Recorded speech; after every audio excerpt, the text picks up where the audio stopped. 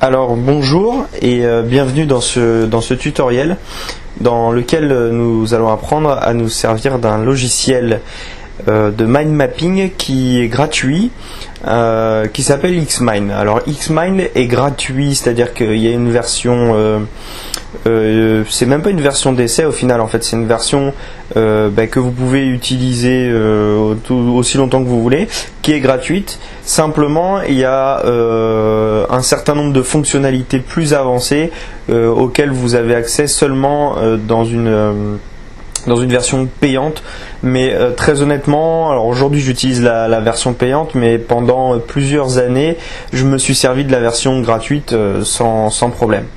Donc pour télécharger Xmind, c'est très simple, vous tapez télécharger Xmind, voilà. À partir de là, voilà, vous pouvez le télécharger directement sur le site de Xmind. Donc moi, il me propose pour mon Mac bien sûr, mais Xmind existe également sur PC, donc sur Windows. Donc voilà, voilà, vous faites ici, vous mettez votre email, download Xmind, et à ce moment-là, vous allez pouvoir le télécharger. Vous allez recevoir un email et vous allez enfin le télécharger. Après, ce qui se passe quand vous ouvrez Xmind, donc quand vous ouvrez Xmind, voilà, Xmind vous propose un petit peu comme Word ou Excel plusieurs thèmes. Donc vous avez voilà, des marketing, préparation d'entrevue, plan de voyage, bon. Ça vous donne des thèmes de base, mais nous on va en créer un nouveau pour que vous puissiez voir tout simplement comment ça fonctionne.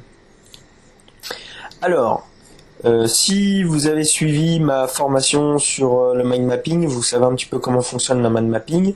Vous avez un sujet central, donc là vous double-cliquez et vous mettez votre sujet central. Par exemple, on va mettre tout simplement le mind mapping.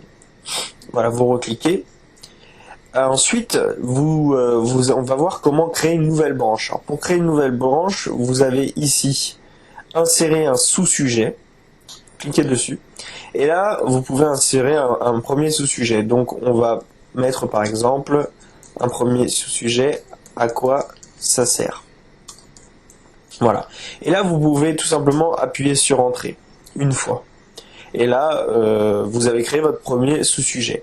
Pour créer une deuxième branche, il faut pas oublier justement de rappuyer sur le bouton central. Il faut appuyer sur le bouton central et pas rester sur la première branche. Donc vous allez sur le bouton central et là vous faites la même manipulation, vous créez une deuxième branche. Donc comment ça marche? Voilà. Donc je vous propose tout simplement déjà à ce stade-là de télécharger le logiciel et de créer 4 branches. Donc moi je vais le faire de mon côté.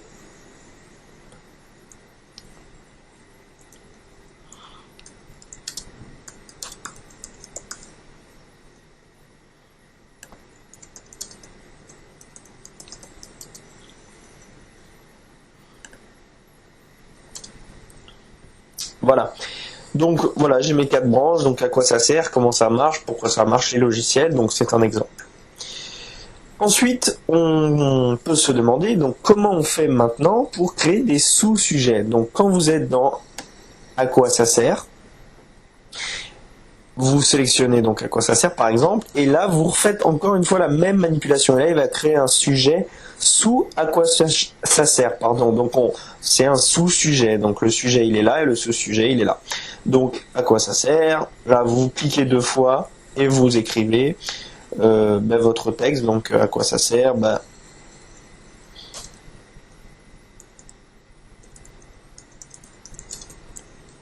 univers d'un thème, voilà, par exemple. Et pour créer un deuxième sous-sujet, vous faites la même chose, l'attaque.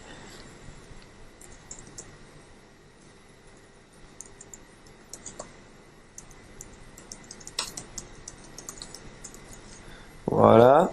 Et mettons que je veux créer un sous-sujet sous pourquoi ça marche, forcément, vous l'avez compris, je clique sur pourquoi ça marche, j'appuie sur ce petit icône de façon à créer un nouveau sujet, et là, pourquoi ça marche,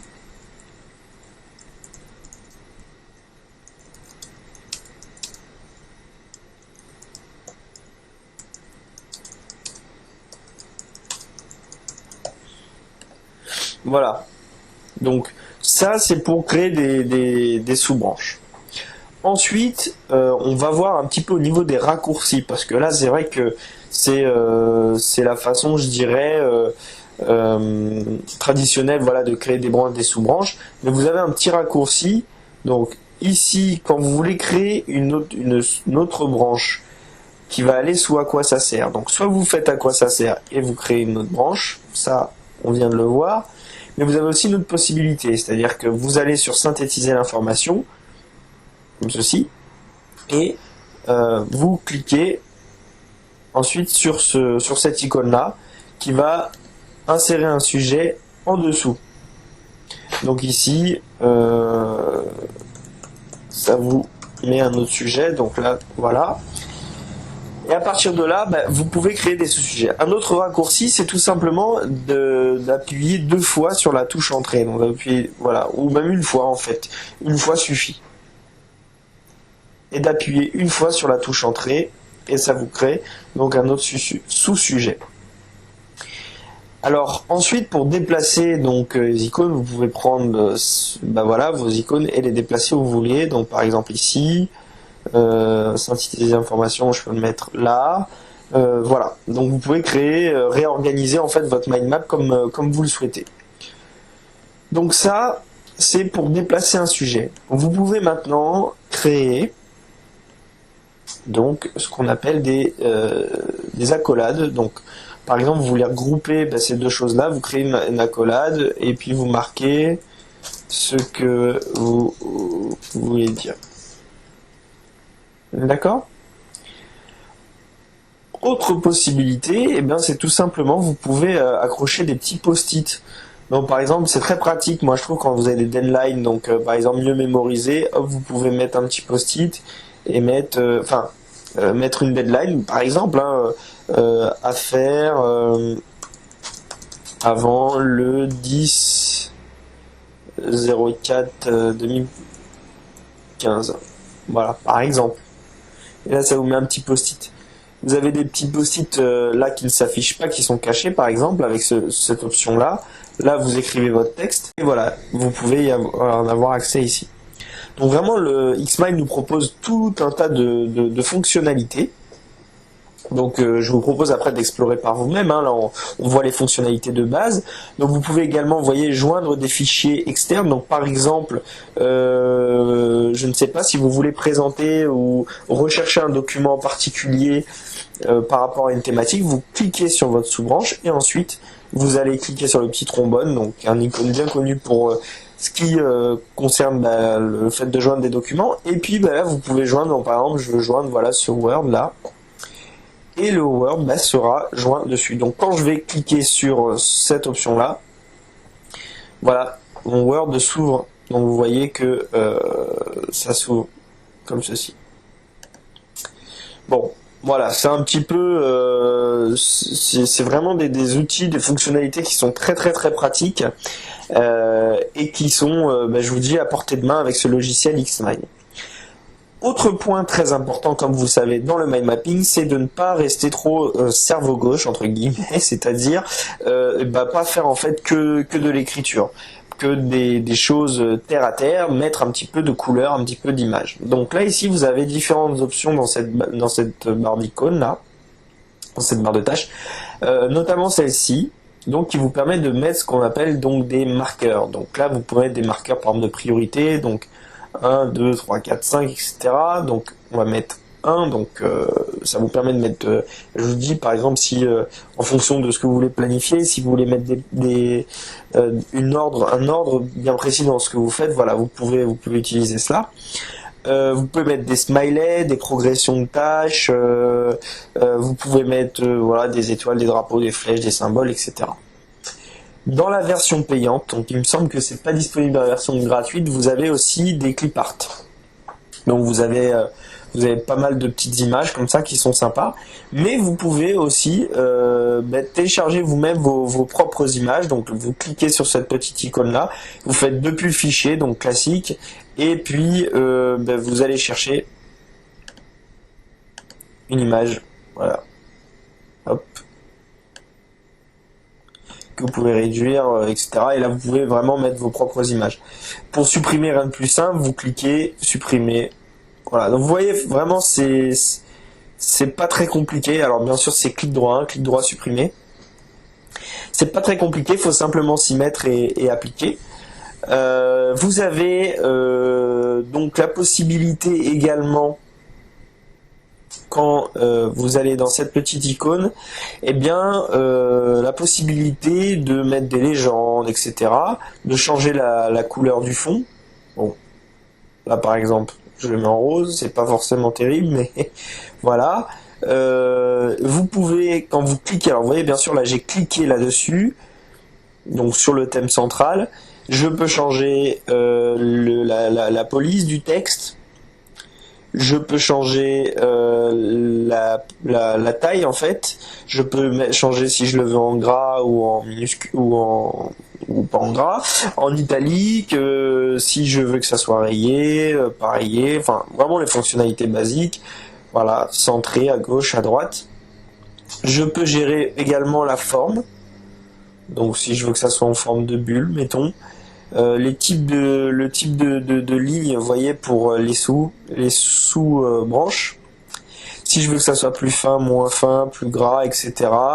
Bon, voilà, les coloris des traits. Donc ça c'est vraiment très pratique. Et puis il y a une autre fonctionnalité que j'aime beaucoup.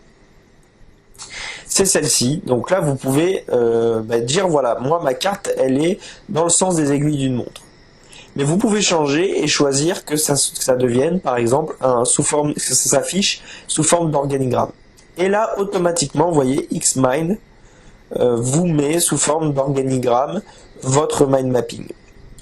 Et vous avez comme ça tout un tas de possibilités. Donc ça peut vous sous forme d'arbre. Voilà. Alors en courbe, bon, j'aime pas trop, je préfère droit. Ou sinon courbe avec flèche, enfin voilà, on va laisser droit. Donc ici, voilà, vous avez même la possibilité de ça mettre en arête de poisson ou encore en tableau. Parmi les fonctionnalités avancées de la version payante, vous avez la possibilité, notamment, d'exporter en fait votre document sous d'autres formats. Donc Word, vous avez Excel, PowerPoint, PDF, voilà, donc vous avez plusieurs types d'extensions pour faire vos exportations et c'est super pratique parce qu'au final si vous exportez sous Word, voilà, vous avez la possibilité tout simplement d'avoir le Word qui reprenne en fait, si vous voulez, voilà, la structure même de votre mind mapping. Donc c'est vraiment hyper pratique. Voilà, ça c'est encore une fois, c'est les avantages de la version payante. Vous avez aussi la possibilité d'établir ce qu'on appelle un diagramme de Gantt. Alors le diagramme de Gantt, si je ne me trompe pas, voilà, il est là. Donc vous pouvez créer un diagramme de Gantt en rajoutant ici les notions de temps, etc. Voilà. C'est pareil. Bon, je m'en sers pas très souvent, mais il faut savoir que ça existe. Ici, vous pouvez renommer la feuille. Et puis bien sûr, vous pouvez enregistrer votre travail, rien de plus classique. Vous enregistrez ici. Vous pouvez crypter avec un mot de passe votre mind mapping. Bon, vous pouvez vraiment faire beaucoup de choses. Donc j'espère que cette petite introduction au logiciel Xmind vous plaira. Encore une fois, je vous invite à suivre ma formation sur le mind mapping pour vraiment maîtriser cet outil qui est formidable dans tous les domaines de votre vie. Et pourquoi pas, si vous le souhaitez, eh bien télécharger la version payante de Xmind qui est vraiment très pratique. Je vous dis à très bientôt.